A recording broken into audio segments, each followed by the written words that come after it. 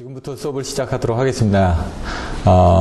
전 시간에서는 여러분들이 간단하게 키워드들을 통해서 좀 전체적인 흐름을 좀 배우셨다고 하면 이번 시간도 마찬가지로 나머지 키워드들을 좀 보시고 그다음에 실제 문제들을 또 다시 보실 수 있게끔 그렇게 설명을 드리도록 하겠습니다. 그래서 오전에 그 기본반에서 좀 내용을 들으셨기 때문에 전체적으로 여러 번 반복되는 문제도 있고요.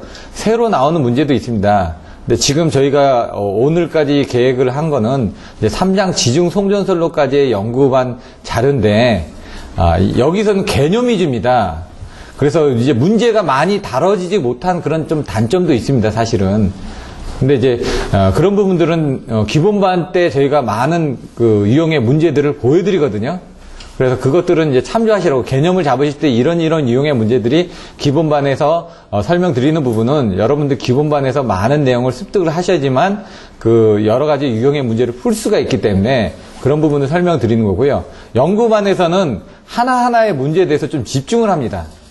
그렇기 때문에 좀 깊숙이 들어갑니다. 기본반에서는 폭넓게 해가지고 이런 게 있습니다 해가지고 개념 잡아드리는 거고, 그 개념을 잡기가 힘들기 때문에 그 개념을 잡아드린 거고, 그 다음에 그 잡혀진 개념에서 이해하는 부분들은 여러분의 몫입니다. 그래서 자꾸 기본서 책은 좀 반드시 좀 정독을 해서 한번 읽어보시면, 아, 이렇구나. 분명 개념은 잡혀있는 상태에서 좀 더 정확하게 이해가 되실 수가 있습니다. 그리고 나서 연구반에 있는 자료들을 보시고, 연구반에 있는 자료는 이렇게 답안지를 써야 되는구나. 그래서 답안지를 쓰는 방식을 이렇게 만들어야 되는구나. 이런 쪽에 집중을 하게 됩니다. 그래서 유형의 문제가 있으면 그걸 습득을 하시는데, 그런 유형의 문제가 없었을 때는 시험장에 나갔을 때, 새로운 유형의 문제가 나왔을 때는 지금 연구반에 있는 그 식으로 공부를 하시면은 대체가 안 됩니다. 왜? 문제답만 했기 때문에. 그래서 연구반을 하셨던 분들이 기본서반으로 들어오는 부분은 문제 답을 하는데 거기서 없는 부분을 어떻게 유추를 할 것이냐. 형태는 가지고는 있는데, 형태는 쓰는데 똑같은 문제를. 근데 이제 새로운 유형의 문제가 나왔을 때 쓰자 보니까 어떤 기본이 좀 부족한 걸 느껴서 기본반으로 돌아오게 됩니다. 근데 그렇다고 해서 기본반에서 모든 걸 다 얻어갈 수는 없는 거고요. 여러분들이 아까처럼 이거는 여기 연결된 부분을 가지고 조금씩 땡겨다가 하나의 책을 만들어내는 과정들을 기본서반에서 좀 정리를 하시려고 하는 거거든요. 그래서 일반적으로 학원에 다니시면 기본서반에서 듣고 연구반 쪽으로 올라갑니다. 그러고 나서 다시 기본서반으로 왔다가 연구반으로 갔다가 다시 파이널반 정도로 이렇게 갑니다. 이런 것들이 일반적인 추계거든요. 그러다 보니까 한 2년 정도가 걸립니다. 근데 어떤 분은 이러더라고요. 기본서반을 1년을 들었습니다. 그럼 그 시험 보셨어요? 그랬더니 시험은 안 봤다고 합니다. 그 사람은 시간을 낭비를 한 겁니다. 저희 같은 경우는 그래서 6개월 동안 하면서 처음에 힘들죠. 기본서반 듣고 시험 보고 연구반도 하고, 그리고 아까 설명드렸던 뭐 파이널반도 하자니까 힘든 거는 압니다. 근데 이제 파이널반으로 바로 들어가기 위해서는 한 1년 정도의 내공은 필요합니다. 솔직히 말씀드려요. 1년 정도의 내공이 없는 상태에서 들어가면 지칩니다. 그건 있거든요. 그래서 이제 기본반하고 지금 연구반하고 같이 해서 한 6개월 정도 들으면은 다른 학원에 1년치의 내공을 얻는 거니까, 이게 그거죠.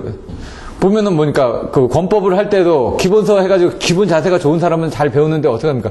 내공이 부족하다 그래서 권법은 막 내공 막 밀어 넣어주죠. 50갑자, 100갑자 해가지고. 예? 그런 내공들은 이제 쉽게 얻을 수 있는 게 아니거든요. 시간이 지나야지만 얻을 수 있는 겁니다.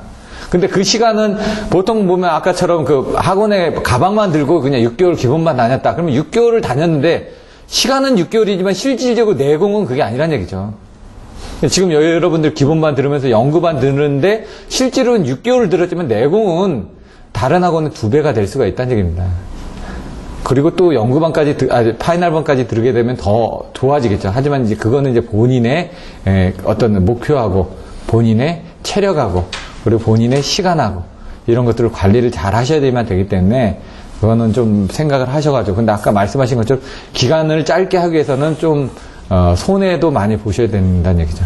뭔가 이런 것도, 주식도 돈을 많이 벌기 위해서는요, 좀 위험 요소가 있는 데를 들어가야지 돈을 많이 법니다. 그러면 사람들이 투자를 별로 안 하니까 뻥튀기가 됐을 때 그만큼 많이 버는 거거든요. 공부도 마찬가지입니다. 시간을 많이 투자하면 투자할수록 좋긴 한데 문제는 이겁니다. 저처럼 이제 시간 많이 투자했는데 결과가 없으면은 그게 안 좋은 거니까. 그래서 짧은 시간 내에 투자를 해서 그 결과를 빨리 뽑아라.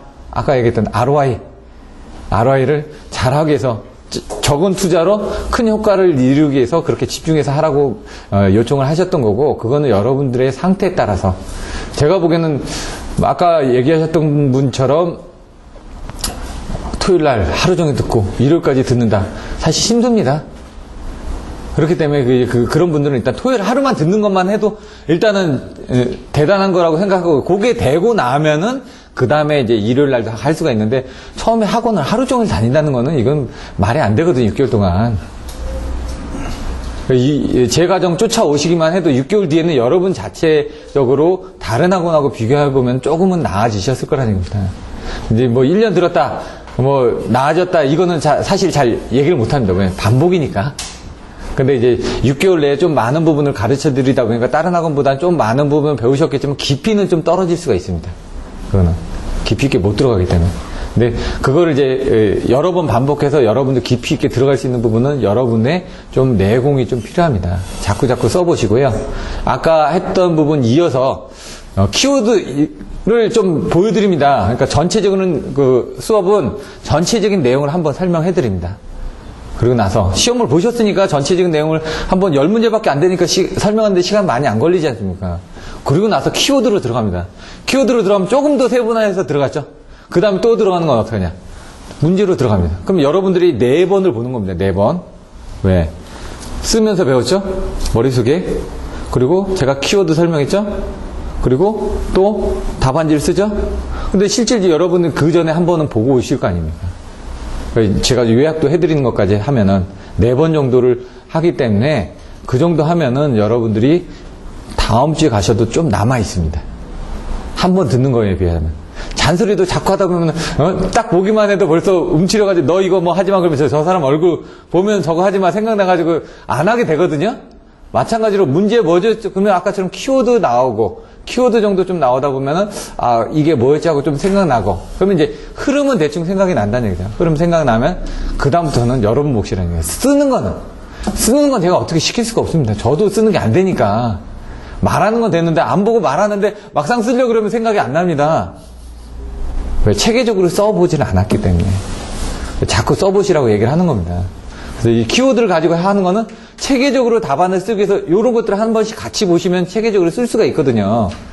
그것들을 좀 같이 훈련을 하시라고 하는 거고, 기본서반에서는 좀 틀리게 기본적인 내용을 좀 설명드리고, 그 다음 좀 어려운 걸 좀 설명드렸다가 기본서로 싹 들어가면 힘들지가 않거든요. 그래서 처음에 좀 약간 힘들게 갔다가 좀 쉽게 가는 것도 있고, 여기는 좀 쉽게 갔다가 점점 어렵게 가는 것도 있고, 이건 패턴을 좀 바꿔가면서 할 겁니다. 상황에 맞춰서.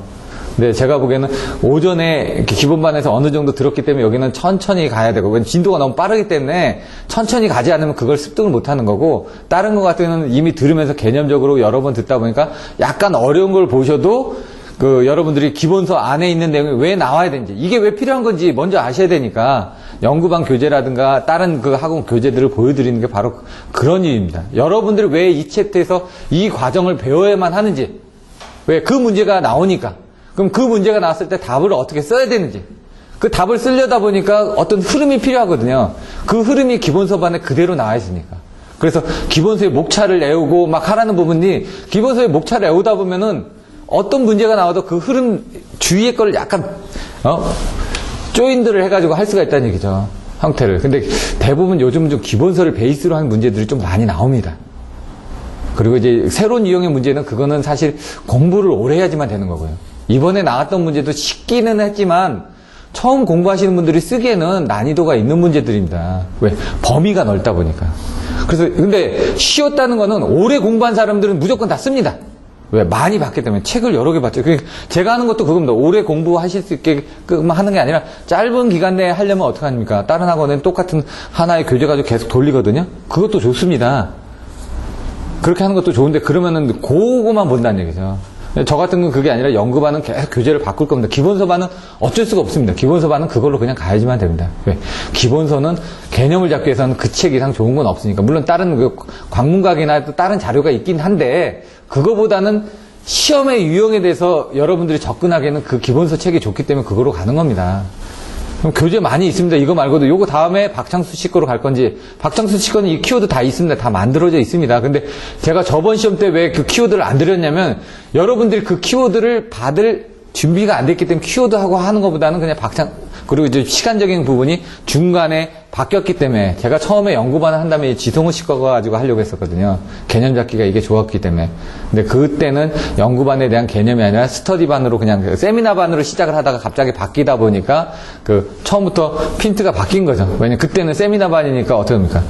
시험 문제를 가야 되거든요. 그래서 시험 문제를 그때 한전에서 만든 거 200문제 정도를 제가 뿌려가지고 했던 거고, 그걸 하다가, 이걸로 여러분들이 못 쫓아오니까, 그래서 좀 쉬운 박창수 씨 거로 바꾸자 해서 바꾼 겁니다.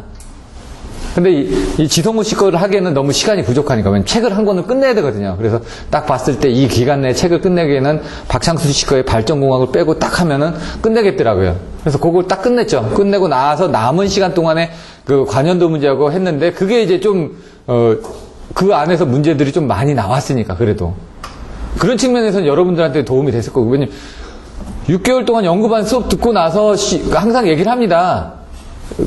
요 전에 과정도 시험 볼 때 좀 어떠셨어요? 그럼 반응이, 그래도 좀 부담 없었다고 얘기를 합니다.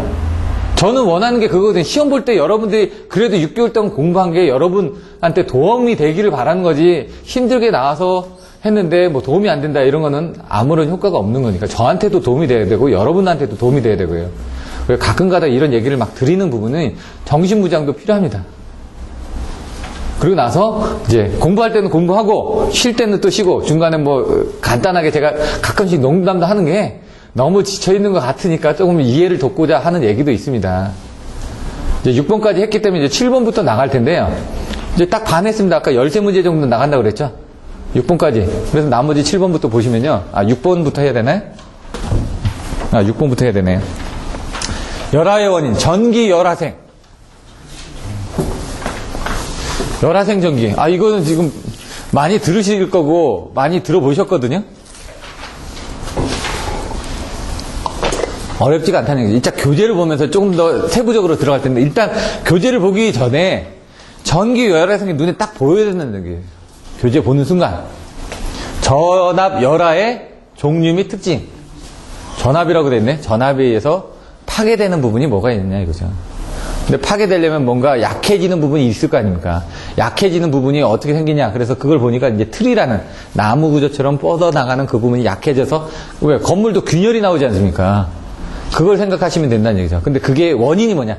이거는 열하고, 이건 전압열하고. 이게 정기적 요인인데, 이 정기적 요인 중에 전압열화가 들어가는 거죠. 정기적 요인에 전압열화가 들어가는 거고요.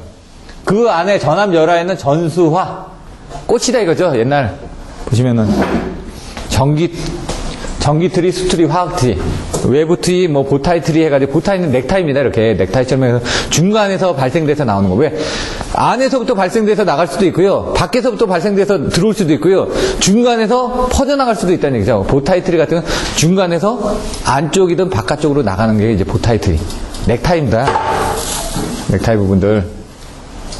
자, 근데 여기서 이제 또 키워드들이 또 나옵니다.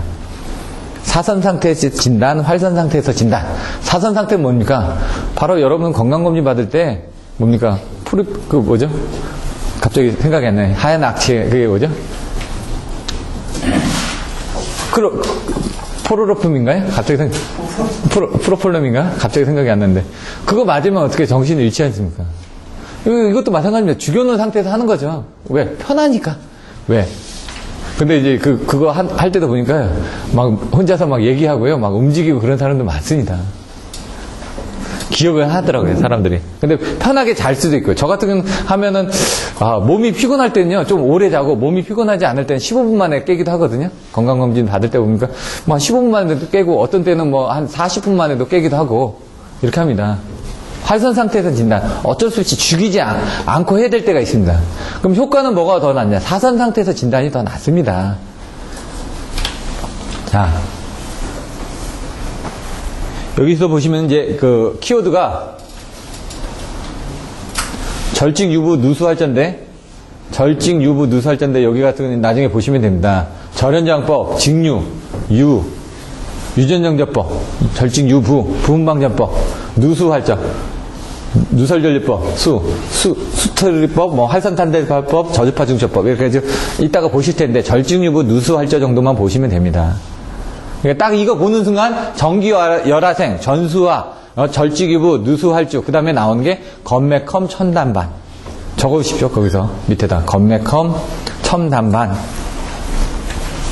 이따가 답안지 보시면 또 똑같이 나오는데 건식분보, 건배, 표면을 매끄럽게, 컴파운드 충전, 건매컴, 첨가제를 투입하고, 첨단, 그 다음 단이 뭐였더라?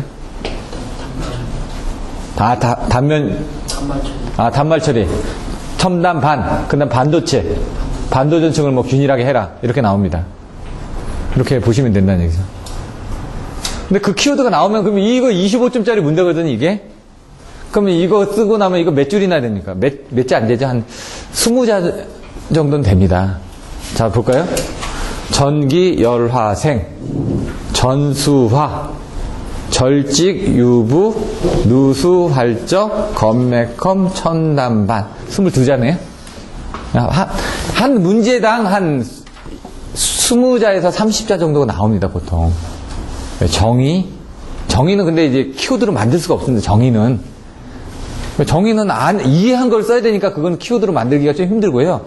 보통 거기 원인이 뭐냐, 영향이 어떻게 됐냐, 대책이 어떻게 됐냐, 장점이 어떻게 됐냐, 단점이 어떻게 됐냐, 뭐 이런 정도가 키워드가 나오니까. 구비조건이 어떻게 됐냐, 뭐 이런 것들. 구비조건은 5글자도 아닙니까? 그럼 뭐 한 가지 항목에 대해서 5글자 정도가 나오기 때문에 이런 그 항목에 대해서 나오다 보면은 항목이 한 4개, 5개가 나올 거 아닙니까? 그래서 한 20에서 30문제 정도가 나옵니다. 근데 그것도 또 줄일 수가 있습니다. 나중에 하다 보면은.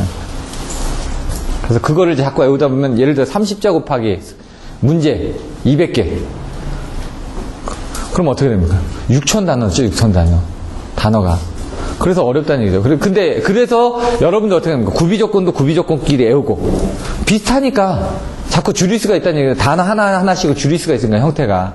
그래 6,000개까지 필요가 없고 뭐를 3,000개든 4,000개든 3,000개, 4,000개 단어는 외우실 수는 있을 거 아닙니까? 천자문처럼 하늘천 따지, 건물연 누리왕 뭐 이렇게 하늘천 따지 천자 하나를 외우기 위해서 앞뒤로 붙는 겁니다. 사실은 얘도 뭐 하나를 외우기 위해서 짧게 붙으면 그 사이 거는 나온다는 얘기죠. 이거 보시면 되고 광파이버 온도 분포 센서 같은 건 보시는데 저도 사실 이해가 안 됩니다. 광CT가 나왔거든요. 광을 해가지고 뭔가 이렇게 검지를 해가지고 뭐 판단을 한다고 하는데 이건 저도 못 보던 방식이어가지고 그냥 내용별로 돼 있는데 그냥 그런 정도만 보시면 됩니다. 그러니까 모든 걸 다 이게 모범 답안이라고 해서요. 모범 답안을 다 쓰시려고 하면 안 됩니다. 여러분들이 가져갈 수 있는 것만. 아니 모르는데 그걸 어떻게 가져갑니까? 이해가 안 되는데. 그래서 기본적인 거로 외워가지고 가고 거기서 최대한 많은 부분을 가져가시는데 기본 컨셉 제가 보기에는 이런 것들 썼다고 해서 뭐 점수를 더 주거나 그럴 것 같지 않으니까 차라리 여기 것까지만 쓰고 왜 여기는 이게 나와 있는데요. 이 책에는 다른 책에는 이런 내용이 없거든요. 그래서 이 책이 좀 더 좋을 뿐이니까 이걸 가져가실 수 있으면 가져가고 다른 책에는 여기까지는 다 나와 있습니다. 여기까지 제가 얘기했던 그 정도 형태는 나와 있으니까 그 정도는 꼭 가져가셔야 된다고 얘기를 하는 거죠. 그 이상은 여러분들이 하시면서 필요하면 더 가져가시라고요. 왜? 100점을 맞기 위해서 공부하는 게 아니거든요. 저희는 60점만 맞으면 되니까 기본적인 콘셉트만 가져가자는 얘기입니다. 지중전선로 아까 얘기했죠. 땅에다 파묻는 케이블입니다. 그 케이블을 어떻게 파묻냐? 그 직매식, 관로식, 전력구식이 있다. 이렇게 나눠진다는 얘기죠. 3장에서 나온 유루방수였나? 또 저기가 있죠. 절연 내력 시험 보시면은 충격 전압 시험, 유전 영접 시험, 분방전 시험. 아까 절직 유부 나왔죠. 절직 유부 케이블에서 절연 저항법, 직류 내전압 인가법, 그다음에 유전 영접법, 분방전 시험법. 비슷한 형태죠. 충격 전압이라는 건 절연 내력입니다. 지금 유전 영접을 시행해서 분방전을 시행해서 절연 내력이 얼마나 되는지. 근데 이거는 유전 영접은 사선 상태도 있고 활선 상태도 있습니다. 분방전은 거의 이제 활선 상태에서 하죠. 뭔가 방전이 일어나려면 살아있을 때 방전이 일어날 거 아닙니까? 죽은 상태에서 방전이 어떻게 일어납니까? 에너지가 없는데. 충격전압 같은 건 살아있는 상태에서 때릴 수도 있습니다. 근데 보통은 이제 죽어있는 상태에서 때리죠. 그런 것들이 이제 좀 틀려집니다. 이것도 보시면 아까의 사선 활선처럼 얘도 사선 활선이 있습니다. 물론 이런 것도 있습니다. AC를 쓰고 있는데 뭐 저주파를 중첩을 해가지고 쓴다든가 이런 것들은 주파수가 틀리니까 여기는 60Hz인데 여기는 뭐 23Hz를 때린다. 그럼 중첩되지 않게끔, 그러니까 중첩을 시킨다는 건 여기 어떤 상형 주파에다 저주파를 중첩시키게 되면 그 저주파 성분만 끄집어내서 분석을 하면 되니까 이거보다 큰 거를 넣지는 않고 작은 걸 넣는 거죠. 그래서 충격전압 같은 것도 절연 내력 시험을 할 때 보시면요, 22,900 케이블이다. 그럼 AC로는 22,900을 견디죠. 그러면 실제로는 이걸 테스트하기 위해서 22,900을 거나요? 아닙니다. 10kV, DC를 10kV를 이용을 해가지고 10kV 정도만 건다는 얘기죠. 대신 이제 거는 시간이 좀 길어지죠. 1분간 거는 게 아니라 10분간 해가지고 1분 동안 떨어진 부분하고 10분 동안 떨어지는 부분하고 뭔가 이렇게 내압을 걸었을 때 어떤 성극시 지수를 봐가지고 이런 성극지수 같은 내용들도 나오고요. 그리고 도블 테스터도 10kV입니다. 1kV에서 10kV가 왔다 갔다 하면서 3번씩 때리거든요, 얘가. 이렇게 세팅하기에 따라서.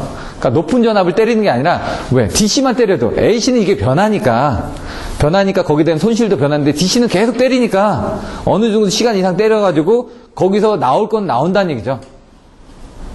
그 기기가 뭐 22,900이 되더라도. 그래서 거기도 10kV만 때립니다. 유전정제법에서도. 근데 이제 저압 같은 건 500V 메가 쓰죠. 고압은 2000V 메가 쓰죠. 이런 식으로. 여기들도 그 각각의 시험 방법별로 해가지고 어떤 식으로 쓰는지 그런 것들을 보시면 됩니다. 유전체, 유전율. 아까 설명드렸던 것처럼 유전체는 전하를 이동하는 물질. 전하를 전달할 수 있는 물질. 있다는 얘기죠. 유전체. 있다. 뭐가? 전하가. 몸. 전하를 전달할 수 있는 몸이 있는 어떤 거다. 그러니까 중간에 얘는 뭔가 움직여줄 수가 있는 겁니다. 뭔가 오면은 그걸 옆으로 전달해 줄 수 있는 부분이 된다는 얘기죠. 유전율은 그게 얼마나 좋냐. 그래서 콘덴서 같은 경우는 여기 보시면 이렇게 콘덴서 용량할 때 여기 유전율이 얼마나에 따라서 공기 중에 비유전율이 어떻게 되고 뭐의 유전율이 어떻게 되고 그거에 따라서 이게 좋다는 얘기는 절연이 안 된다는 얘기입니다. 전달이 잘 되니까. 이게 크다는 얘기는 이 전달률이 크다는 건 전달이 잘 된다는 거, 전달률이 작다라는 얘기는 이게 전달이 잘 안 되니까 그거는 비유전율로 나오는 거죠. 그래서 공기 중에 비유전율, 뭐의 유전율 해가지고 설명이 나오는 거죠. 그런 컨셉으로 잡으시면 됩니다. 유전체에서는 이 전달 효과 때문에 뭡니까? 뭔가 여기 에너지가 있으면 이쪽으로 손실이 빠져나가니까 그 손실이 커진다는 얘기고요. 개념만 일단 잡고 가시자는 얘기죠. 근데 이 개념을 쓰기가 뭐하니까 그냥 요거는 그 정도입니다. 요거는 그 정도입니다. 하고 머릿속에 넣으시라는 얘기죠. 근데 그걸 보는 순간 여러분이 그 개념이 생각이 나야 된다는 얘기죠. 지중선로의 케이블 사고점 검출 방법.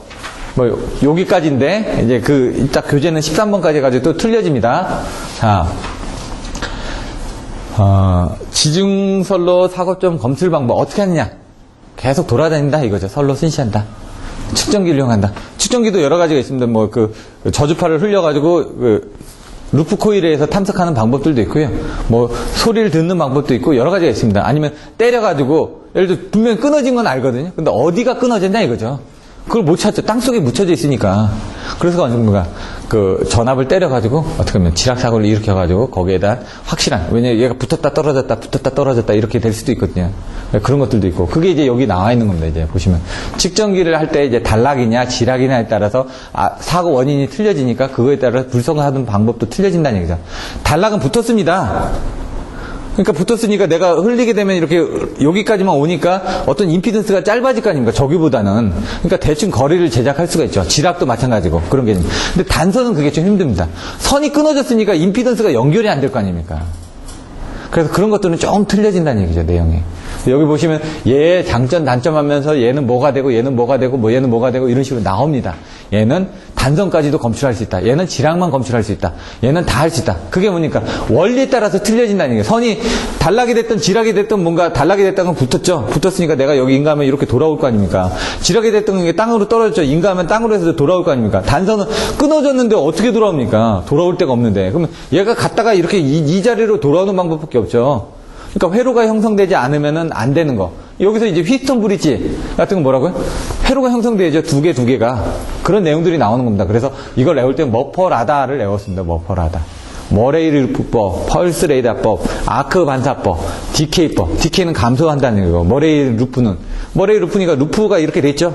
그러니까 휘스턴 브릿지처럼 뭔가 루프가 돼 있어서 아까처럼 4개를 왔다 갔다 하면서 이렇게 조종하는 그거하고 생각하시면 됩니다.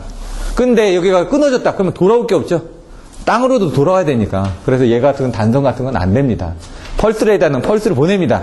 펄스를 딱 보내면 저기 끝나서 뭔가 임피던스가 바뀌면은 얘가 양극성으로 돌아올 수도 있고 부극성으로 돌아올 수도 있습니다. 그럼 내가 쐈을 때 얘가 가는 시간이 있을 거 아닙니까? 레이저 쏘는 거하고 똑같습니다. 자동차 가면 어떻게 레이저 쏘죠? 어느 위치까지. 갔다가 돌아오는 시간을 봐가지고 돌아오는 시간이 빠른 겁니다. 왜? 거리는 입력돼 있으니까. 그러면 얘가 속도가 빠른 겁니다.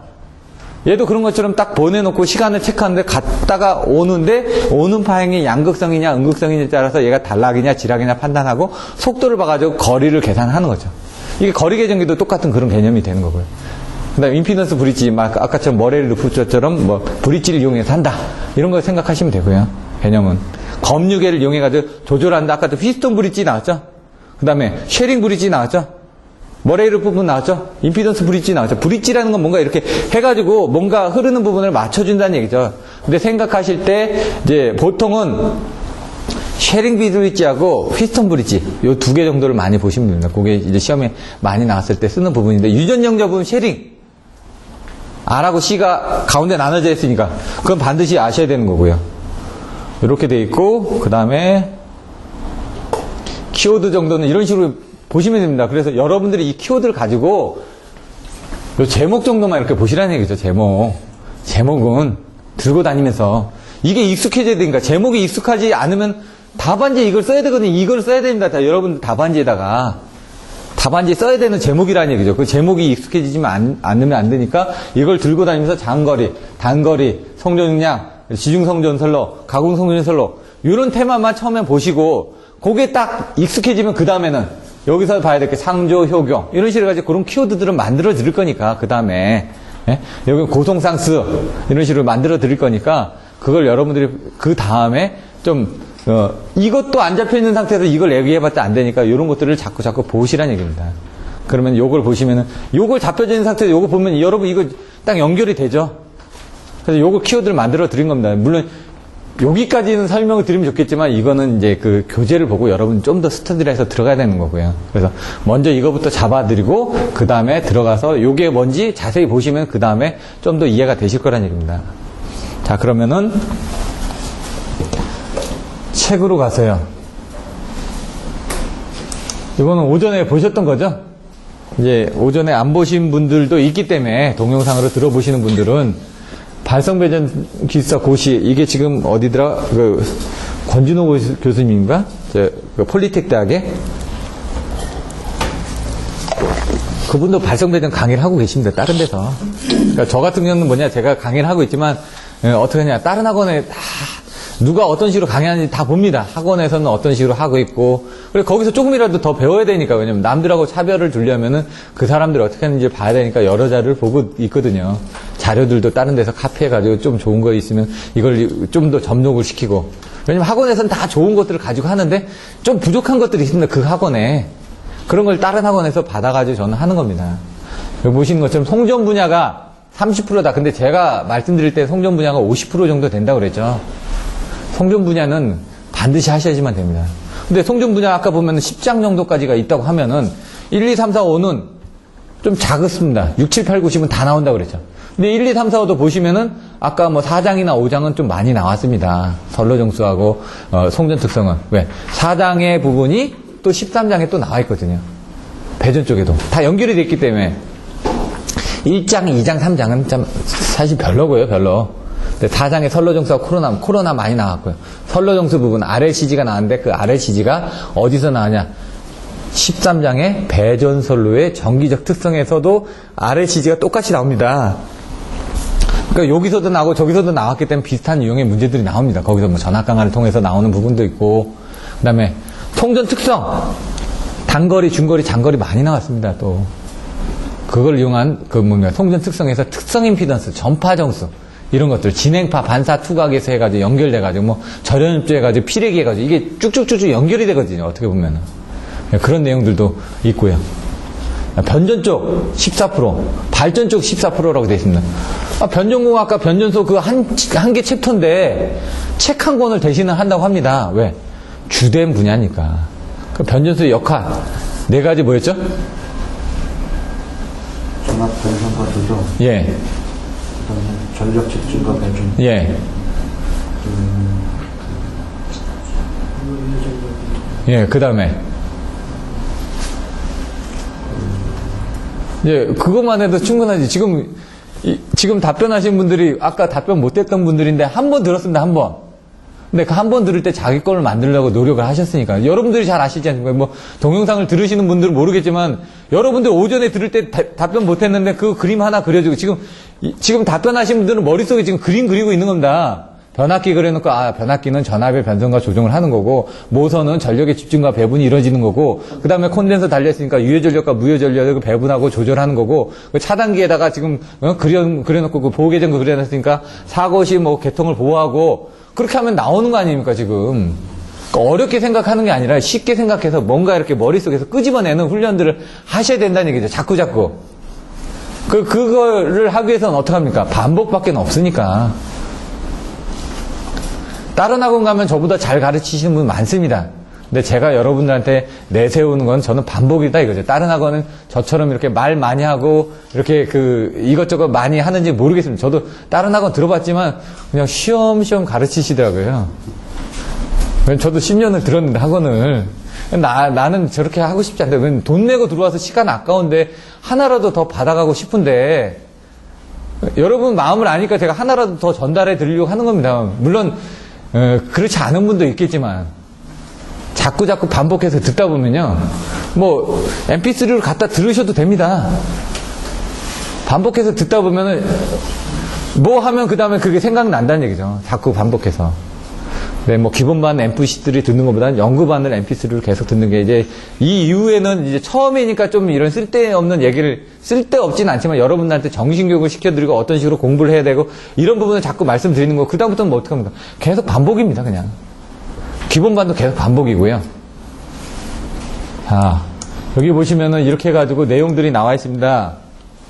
실제 경향을 비교하면 송전 부분이 많이 나왔다고 하고요.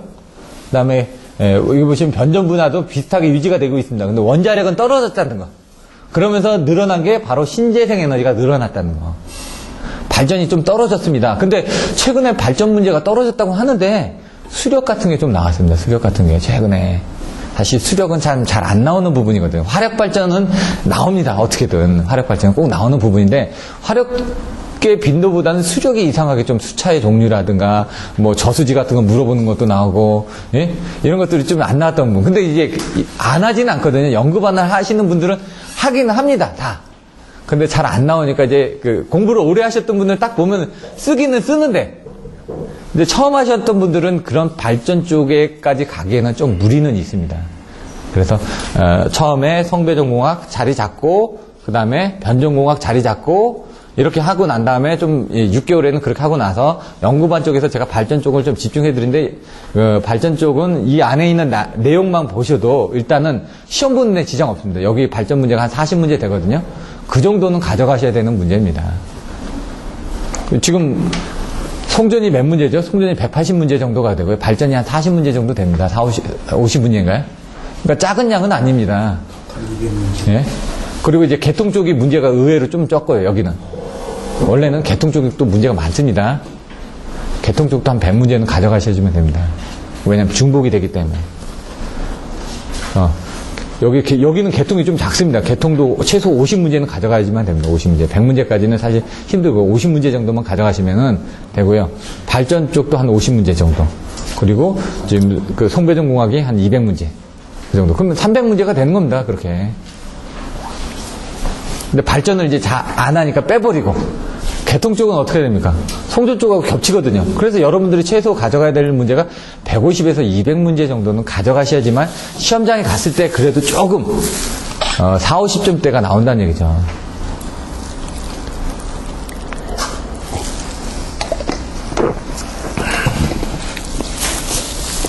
여기서 나오는 이제 신재생 에너지에 대한 부분들도 좀 생각을 하셔야 되고요. 이론적인 부분도 좀 많이 나왔다고는 하는데 이 부분이 뭐 꼭 이론에만 국한되어 있지는 않습니다. 그래서 총론, 이론 이렇게 나와 있는데 뭐 다 나와 있던 부분이고요. 그래서 자주 출제되는 분야에 대한 부분을 보시면 송전선로, 변전설비, 보호개전, 고장계상, 이상전압. 보호개전 방식이 몇 장이죠? 10장. 고장 계산은 7장. 이상전압은 9장.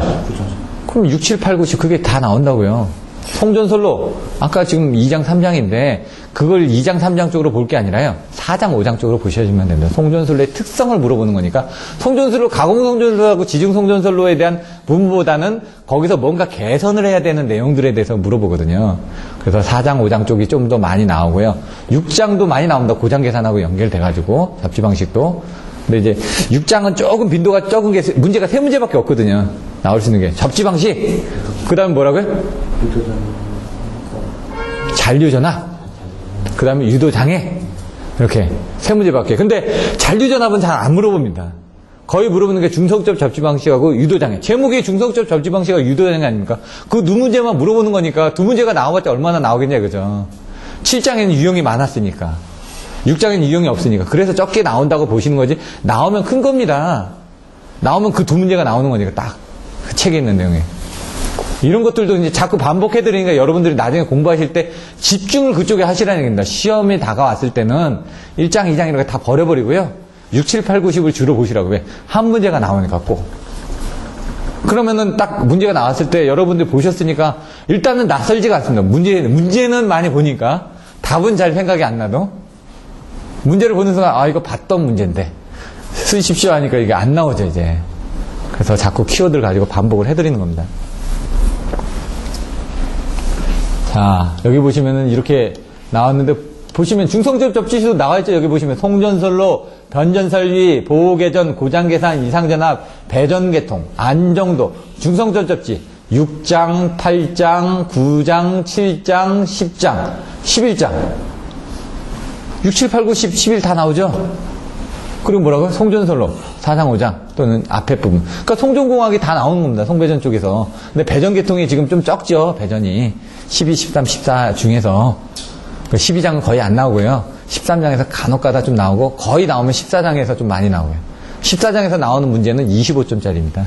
10점짜리 이용의 문제는 역률 계산 같은 것도 25점짜리로 나와야 되는 문제인데 지금 안 나왔거든. 콘덴서나 그런 것들도 한번 노려볼 만하죠. 아 이번에 안 나왔으니까 나올 때가 됐거든요. 지금 나온다 그러는 건 뭡니까? 아니 얘가 지금 그 출제 경향을 보면 이게 돌면서 나오는데 자세히 보시면 이번에 시험 문제 나왔던 거에 비슷한 게 바로 그전 시험에 있습니다. 또 그전 시험 문제를 보시면 그거하고 비슷한 게 또 바로 그전에 있습니다. 한두 문제가 꼭 한두 문제 유형이. 근데 여러분들 비슷하다고 느끼는 게 왜냐면은 이런 식으로 요 유형의 문제에서만 뽑아서 나오기 때문에 비슷하다고 느끼는 거죠. 왜? 제일 많이 나오는 유형의 문제가 여기니까. 그래서 여러분들이 이거는 머릿속에 좀 넣어놓고 가시고, 그래서 제가 이렇게 그 개념적으로 자꾸 얘기하는 부분이 중요하지 않은 부분은 좀 넘어갑니다. 중요하지가 않기 때문에. 근데 꼭 알아야 될 거는 계속 반복해서 해야 됩니다. 왜? 시험에 자꾸 나오니까. 지금 안 나와도 언젠가 나옵니다. 여러분들이 발성배전 기사를 보고 합격할 때까지는 분명히 한두 번은 나옵니다. 운대를 맞추기 위해서 운칠기삼이라고 하죠. 운이 70%, 기회가 기능, 능력이 30%라고 얘기하죠. 운도 많이 따른다는 얘기입니다. 잘 찍었습니다. 아 이번에 이거 나올 것 같은데 해서 공부했는데 딱 나옵니다. 찍은 거죠. 예를 들어 저 같은 경우도 이번에 시험 볼 때 쉬는 시간에 봤는데 문제가 나온 겁니다.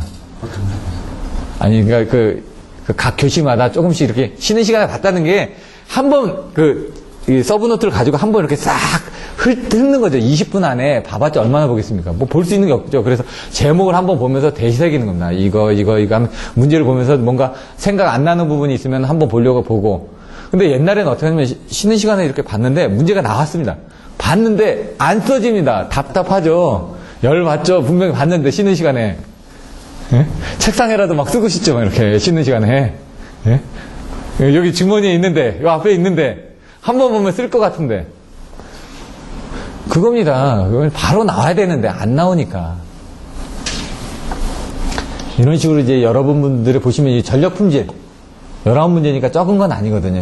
전기 이론 및 신기술 분야라고 하는데, 전기기기, 회로 이론, 30%인데, 보시면 회로 이론 쪽도 조금은 있는데, 그게 저항 계산하고 이런 것들이니까 이런 것들은 한두 문제는 나올 수가 있습니다. 그래서 요거는 나오면 계산 문제 용으로 나오기 때문에 거의 이론적인 부분이나 나머지 기기 쪽 물어보는 부분들이 있고, 좀 생뚱맞게.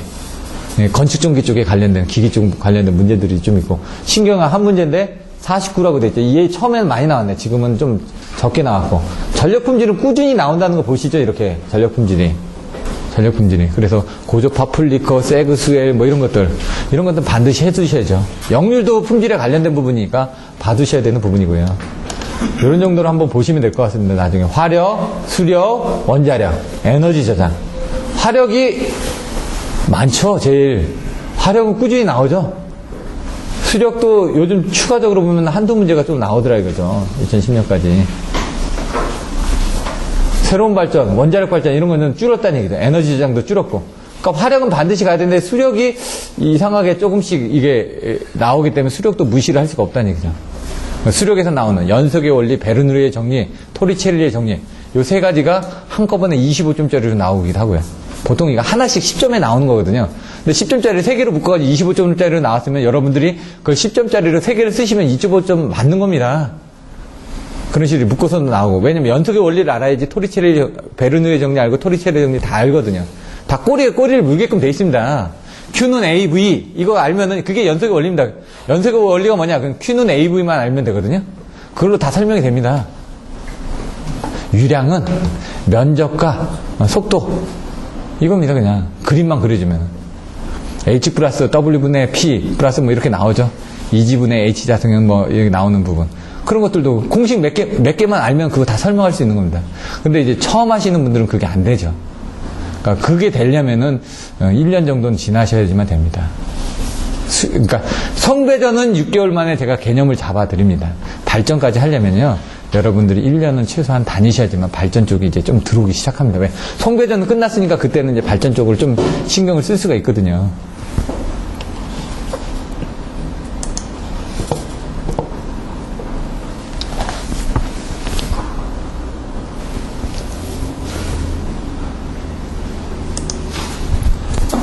여기 보시면은 이 다른 것들은 여러분들이 한번 보시고 진행을 하셔야지만 됩니다. 뭐 송종량 계속법 해가지고 얘가 지금 키워드는 제가 옛날 2006년도로 만든 거 가지고 그냥 진행을 해도 지금 2012년도하고 크게 차이는 없습니다. 그 교재 출력한 거는 여기 다 있기 때문에 이걸 보고 또 진행을 하시면 되고요. 그러면 이제 교재로 들어가서 아직 시간이 있으니까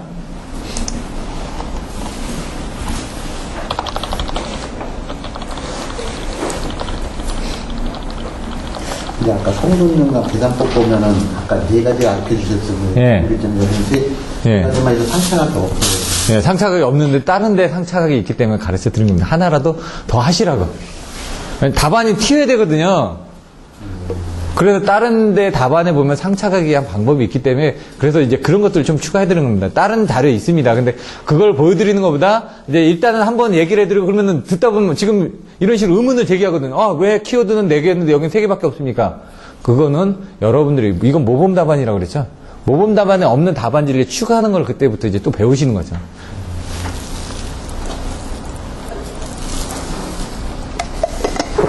처음엔 저도 고성수만 외우다가요. 나중에 보니까, 이거 하나 더 있네? 저기 뭐냐면, 이게 또 있죠. 그렇게 있는 게. 역률 개선, 효과. 4가지라고 얘기하죠. 뭐죠, 키워드가? 예? 그거는 성존량 계산법이고요. 역률 개선, 시효과. 역률을 개선을 했습니다. 어떤 부분에, 예? 장점이 있나요? 예? 소남 요설. 이제 생각나시나요? 성존 손실이, 예? 감소합니다. 선로 손실의 감소, 성존 손실 감소, 전압 강화가 경감이 됩니다. 소납, 요금이 절감됩니다. 설비용률이 향상됩니다. 근데 그것도 보면 다른 책에 보면 3가지 나와 있습니다. 3가지. 그러니까 하나씩 더 늘리자 이거죠. 요금 절감은 없거든요, 사실. 근데 사실은 요금 때문에 요금. 예, 요금 절감되는데 다른 사람의 답안지는 요금 절감이라는 게 없고 아까처럼 그 3가지가 어디 있느냐. 기본서에 있는 겁니다. 기본서에 그대로 있는 겁니다. 선로 손실의 감소, 전압 강화의 경감, 그리고 설비용률의 향상. 그 3가지 챕터가 14장의 3가지 챕터로 문제용도 3가지로 나와가지고 나옵니다. 역률 계산에서. 그래서 역률 계산에서 그 3가지를 딱 머릿속에 넣어놓고 계셔야죠. 시험 문제가 나왔을 때 이게 이 유형인지 이게 이 유형인지 알아서 답을 해야 되니까. 그럼 그걸 쓰실 때도 역률 개선의 목적은 이렇게 3가지가 있는데 그중에 요 문제에 대해서 설명하겠다 이렇게 나가야죠. 10점짜리라도 간단하게 그렇게 써줘야 된다는 얘기죠. 3줄밖에 더 됩니까? 근데 답안지를 채점하는 사람의 입장에서는 이 사람이 알고 쓴 거죠. 이 3개가 하나를 쓴 게 아니라 이 사람 3개를 쓴 겁니다. 3개를 다 아는데 그 중에 이걸 쓴 게 되니까. 하나만 쓴 사람은 이거 채점자 봤을 때 하나만 아는 거죠. 표현을 해줘야 되는 거죠. 근데 그렇게 하기 위해서는 그림, 수식, 여기다 키워드 가지고 쓰시죠? 그럼 거기서 끝나는 게 아니라 그 밑에 줄에 한 줄로 간단하게 설명을 해주셔야 된다는 거죠. 아까 절성무 충한이잖아요. 절연 레벨이 됐다. 그러면 루트 2분의 1이라는 그런 그 수식을 집어넣어줬죠. 그러고 나서 그림을 옆에다 하나 그려주는 겁니다.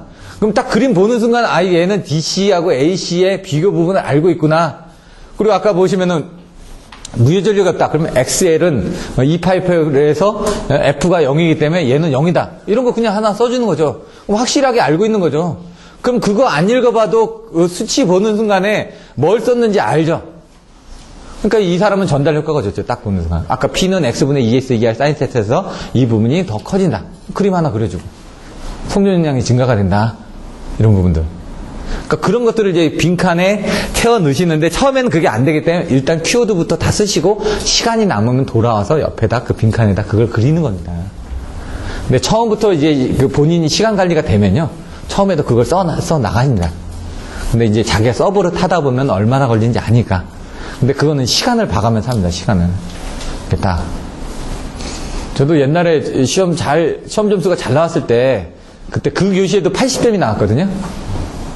근데 그때도 3문제 쓰는데 50분밖에 안 걸렸습니다. 100분 중에. 그러니까 왜? 모범 답안을 외웠는데 그 문제가 나온 거는 모범 답안을 쭉쭉쭉쭉 쓰죠. 그냥 그 쭉쭉 나오니까 외운 게. 딱 쓰고 났더니 50분이 남는 건데 한 문제잖아요. 한 문제를 50분 동안 쓰는 겁니다. 그 교시가 80점이 나오더라고요. 그러니까 이제 시간이 남아야 돼. 시간이 남는다는 건 자기가 충분하게 썼다는 얘기고요. 시간이 모자라는 거는 자기가 이것저것 많이 쓰려다 보니까 체계적으로 못 쓰다 보니까 시간이 부족한 거예요. 왜? 기본적인 걸 다 쓰고 시간이 남으니까 채워 넣는 거하고 쓰다 보니까 시간이 부족해가지고 하는 거하고는 틀리거든요. 그래서 이제 답안지를 쓰실 때도 뭔가 체계적으로 쓰는 것들 자꾸 체계적으로 요약해서 줄여줘야지만 됩니다. 왜? 전달을 해줘야 되니까. 전달하려면은 많이 해도 이 사람은 어떻게 봅니까? 그 300 몇십 개를 한 400개 정도를 하루 동안 채점해야 되는데 400명 걸 채점한다. 예를 들어. 그럼 하루에 와서 그 사람 채점할 시간이 8시간이면은 이거 하나 보는데 5분 걸리겠습니까? 5분 동안 이거 봐야 되는데 언제 그거 읽고 있겠습니까?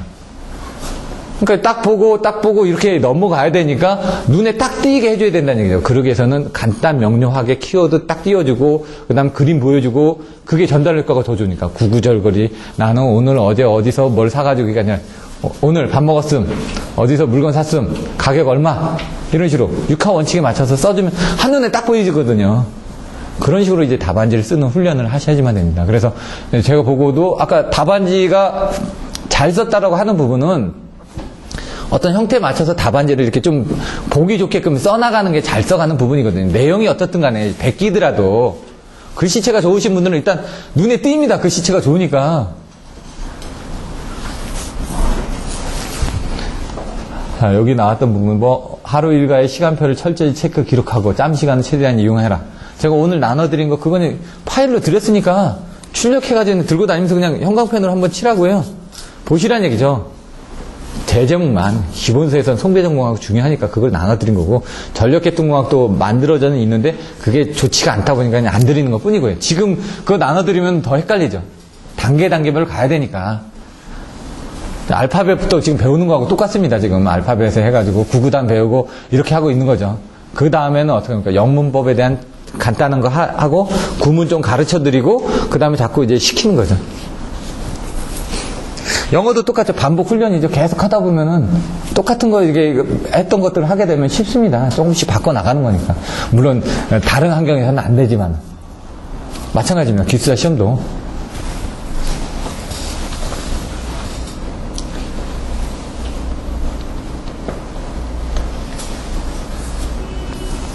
요거 간단하게 다시 한번 또 요약해드리고 쉬었다가 그 다음에 그 문제도 풀이들 할 텐데 HVDC. 왜냐면 첫날이니까 조금 더 반복을 많이 해드립니다. HVDC에 나오는 게 뭐라고요? 뭐가 있을까요? 네, 해장년도. 그냥 생각나는 키워드 그냥 던지라는 얘기입니다. 지금 제가 하는 거는 여기서 생각나는 키워드를 던지라는 얘기입니다. 지금 짧게 하는 거는 해장년도가 있었죠. 또 뭐 단극이 있었고 쌍극이 있었고 승해일이 있었고 이게 교류 방식하고 직류성전 방식을 비교해가지고 뭔가 설명하면서 승해일 서로 간의 장단점 이런 것들을 설명하라는 얘기입니다. 요거 보고 쓸 수 있는 뭔가 뭘 쓰겠다. 전기 방식 뭐가 생각나죠? 유의 배. 예? 딱 일단 부식이 일어나는구나. 부식에 대해서 대체를 하기 위해서 뭘 쓰느냐. 유전양극법, 외부전원법, 배류법, 그 다음에 직접 배류, 뭐 선택 배류, 강제 배류 이 정도가 생각이 나야 되는 거. 염화의 대책 같은 건 아까 트래킹 쪽에 대한 문제가 생기니까 어떤 표면 저항이라든가 누설거리 때문에 문제가 생기지 않게끔 뭔가 대체를 한다. 이런 내용들. 그 다음에 복도체, 채용 장단점. 이거는 이제 아까 설명은 안 드렸습니다. 복도체를 아까 하면 선로정수하고 코로나가 있었죠. 복도체가 왜 나오냐? 송전선로가 있는데 단도체가 있고 복도체가 있습니다. 그 다음에 케이블의 선로정수가 나옵니다. 근데 단도체를 쓸 때하고 복도체를 썼을 때하고 차이점은 단도체는 이렇게 돼 있으니까 간의 표피 효과 때문에 가운데 전류가 안 흐르면서 바깥으로만 흐르니까 효용 가치가 떨어진다고 그랬죠. 그래서 복도체로 하게 되면 얘가 작으니까 요 안에 덜 흐르는 부분은 작아질 거 아닙니까? 그럼 복도체가 되면서 이 복도체라는 건 선로 굵기는 뭐 100스퀘어짜리 25스퀘어짜리 4개를 했다. 그러면 똑같은 100스퀘어 아닙니까? 근데 얘를 떨어뜨리죠. 떨어뜨리다 보니까 25스퀘어 사이에 공간이 있을 거 아닙니까? 그럼 전체적으로 보면 얘가 케이블 반경이 커진 것처럼 느껴지죠. 그러다 보면 어떻게 되죠? 얘가 뭔가 커지는 거 아닙니까? 힘이 커지니까. 그럼 코로나 같은 것도 대처를 할 수가 있고요. 그리고 코로나 하면 복도체가 나옵니다. 그리고 얘가 지금 병렬로 연결되는 거 아닙니까? 그럼 어떻게 돼요? 저항이 더 떨어지지 않습니까? 저항이 떨어지니까 손실이 떨어지고 그러면 송전력이 더 커지겠죠. 똑같은 면적인데도 불구하고 아까 좀 단도체일 때는 표피 효과 때문에 가운데 안 흐르는데 이걸 복도체로 하면서 가운데 흐를 수 있는 유효 면적도 커지고 저항도 떨어지고 뭔가 다 좋아지죠. 그래서 1호사는 2도체, 3, 4호는 4도체, 7, 6은 6도체로 만드는 겁니다. 도체수를. 근데 거기에 대한 케이블에 대한 부분에서 케이블이 뭐냐, 재질이 뭐냐에 따라서 또 틀려지죠. 구조, 재질, 조합에 따라서 뭔가 나아진다. 그래서 이런 것들은 기본서에서 그런 내용들을 이해하고 오시면은 빨리빨리 이해를 하는데 그게 안 되니까 기본서하고 병행해서 가시면서 요런 게 있다 정도 보시고 기본서에서 여러분들 거꾸로 가셔가지고 이거는 먼저 나가는 거죠. 선행학습 하는 겁니다, 여러분들이 지금. 선행학습 하시면서 여기서 부족한 부분은 기본서에 가서 좀 뭔가 보실 수 있게끔 하셔야 된다는 얘기죠. 전선 진동 및 도약. 전선은 진동하면 뭐가 생각날까요? 예? 갤로핑. 먼저 생각되는 게 미풍 진동, 갤로핑, 서스판 진동. 그리고 또 뭐가 있죠?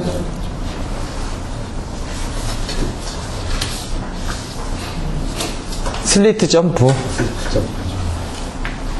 그런 다음에 그거를 하기 위한 방지 대책으로 아톡스 벡터가 나와야죠. 아톡스 벡터 하면 다른 사람은 무슨 얘기하는지 모릅니다, 지금. 예? 아모로드, 스톡 브리치, 스페이스 댐퍼, 베이트 댐퍼, 토셔널 댐퍼. 이게 아톡스 벡터거든요. 그것도 제가 순서를 바꿨습니다, 그냥. 토셔널 댐퍼 같은 건 국내에서 못 보고 제가 중국 출장 갔더니 거기 많이 보이더라고요. 이런 식으로 해가지고 이걸 봤을 때 뭔가 송배전기 생각 안 나죠? 저도 생각 안 납니다. 배전선로에 대한 루트를 어떻게 설계를 해야 될까? 아니면 뭐 계획이다. 그러면 여기에 뭔가 있으면 안 되니까 걸리적거리는 부분, 예를 들어 산 위에다 지으면은 보기 안 좋으니까 7, 8부 능선에다 해야 되고 그런 개념들이 들어가 있을 거란 얘기죠. 그래서 그런 흐름을 자꾸 이 문제 보고 생각하는 부분을 하셔야 된다는 얘기죠. 케이블 발화원인 뭐였죠? 생각나는 게 여기에 대해서 뭐가 나와야 될까요? 먼저 이제 앞에서부터 보시자는 얘기죠. 그러니까 보통 사람들이 뒤에서부터 보시는 게 아니라 케이블이 불이 붙을 수 있는 거는 화재에서 붙고 그거에 대해서 2차 연소가스에 의한 재해 부분이 생길 수가 있다. 그래서 그걸 방지하기 위해서는 어떻게 해야 되냐. 이번에 3, 4호 케이블 같은 케이블 쪽에서는 방지하기 위해서 트로프로 이렇게 덮어가지고 나왔던 그런 부분들을 설명해 주시면 되는 거고요. 불이 붙지 않게끔 하는 방법에 대해서. 실수 유기전압. 오늘 여러 번 했죠? 한 5번 넘게 설명한 것 같은데. 아까 정전 용량의 불균형이기 때문에 생긴다. 시스 유기전압이 생각되면 또 뭐를 생각하셔야 된다고요? 바로 안 나오죠, 이게. 그래서. 중성점 잔류전압도 비슷한 거 아닙니까? 예? 왜? 대책이. 접점은 되죠. 여기도 접점은 되고. 근데 얘도 이게 자세히 보시면 전자유도하고도 좀 관계가 있습니다. 예? 예. E는 마이너스 JXMI거든요. 공식이. 전자유도도 그겁니다. Em은 마이너스 J 오메가 ML 3I0. 그겁니다. 똑같은 공식이거든요. 그래서 얘가 거기도 조금 가 있고 여기도 조금 가 있네. 이렇게. 근데 그거를 이제 이해하는 데는 제가 보기엔 한 2년 정도 더 지나셔야지만 보이기 시작하죠. 케이블에 열화진단. 뭐 나와야죠? 내용이? 예? 뭐 전기 열화생 전기, 그리고 사선 상태, 활선 상태, 그다음에 절지규부, 누수활적, 그 다음에 뭐라고요? 마지막으로 대책으로 건매컴 천단반. 이렇게 딱 이렇게. 지금은 안 되죠. 근데 이거 보고 이제 그런 키워드들을 자꾸 생각하는 훈련을 하셔야지만, 이거 케이블에 열화진단에 대해서 설명하셔. 그럼 지금 제가 얘기한 게 머릿속에 딱 생각나지? 답을 써나가거든요, 이렇게. 그러면 지금 목차가 지금 머릿속에 있지 않습니까? 지금 쭉쭉 나오니까. 그럴 때는 시험장에 어딥니까? 옆에다가 이렇게 간단하게 적어놓고 먼저 답을 어떻게 쓸지 적어놓고 써야죠. 그냥 쓰면 안 됩니다. 목차를 적어놓고 한 1분이나 2분 정도 생각한 다음에 요거에 대해서는 요것도 좀 넣고 이렇게 대충 생각한 다음에 배치를 어떻게 할 건지 생각한 다음에 쭉쭉 나가야 돼요. 그래야지 깨끗하게 써나가니까. 지중선설로 딱 하면 뭐가 생각날까요? 세 가지만. 네. 중매식, 걸러식, 전력도식. 예. 여러분 지금 얘기하신 분 있고 얘기 못 하신 분 있거든요. 절대 나는 왜 얘기 못 하냐. 처음 하니까 그런 겁니다. 지금 고수하고, 그러니까 예를 들어 건법 하는데 저 사람은 막 그 태권도의 자세가 나옵니다. 왜? 1년 동안 배웠거든요. 나는 해도 안 됩니다. 안 되는 건 당연하죠. 근데 옆에서 보고요.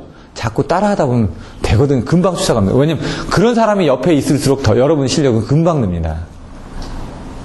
지금 세 가지 얘기하는 건 직매식, 관로식, 전력구식. 요거 딱 보면 요게 생각나야 돼요. 절연대력 시험 하면은. 아까 뭐가 있었죠? 예? 충격.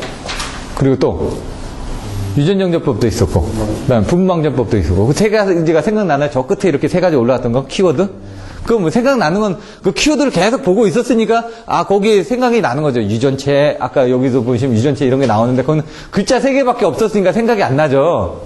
여기도 글자 몇 개밖에 없으니까 생각이 안 나는데, 뭐 절지규부, 누수활적, 건매컴 천단반, 이거 누가 하냐 이거죠. 계속 하다 보면 나온다는 얘기입니다. 계속 하다가. 케이블 사고 검출 방법. 예? 머퍼라다. 딱. 머퍼라다. 이거 4개 나와야 된다는 얘기죠. 이런 식으로. 이제, 그러니까, 요거를 왜 하냐면요. 여러분 끝나고 나서 제대로 됐는지, 내가 저런 게 나올 때까지 조금 노력을 하셔야 된다는 얘기죠. 그러니까 그게 쉽지는 않습니다. 그래서 지금 MP3로 녹음하시는 분들도 있는데, 가지고 MP3 되면은 좀 주십시오. 그러면 제가 또 다른 분들한테 또 공유를 해드릴 테니까, 메일로. 서로 같이 들으시면 또 도움이 되니까. 왜냐면 어떤 때는 이분이 오시고 어떤 때는 이분이 오시고 해가지고 녹음이 못 될 수도 있으니까. 저 같은 건 다 오픈합니다. 그냥. 들어보시고 다른 분들도 같이 들어보시라는 거예요. 핸드폰에 넣어가지고 잠깐 쉬었다가 그다음에 이 문제 또 들어가겠습니다.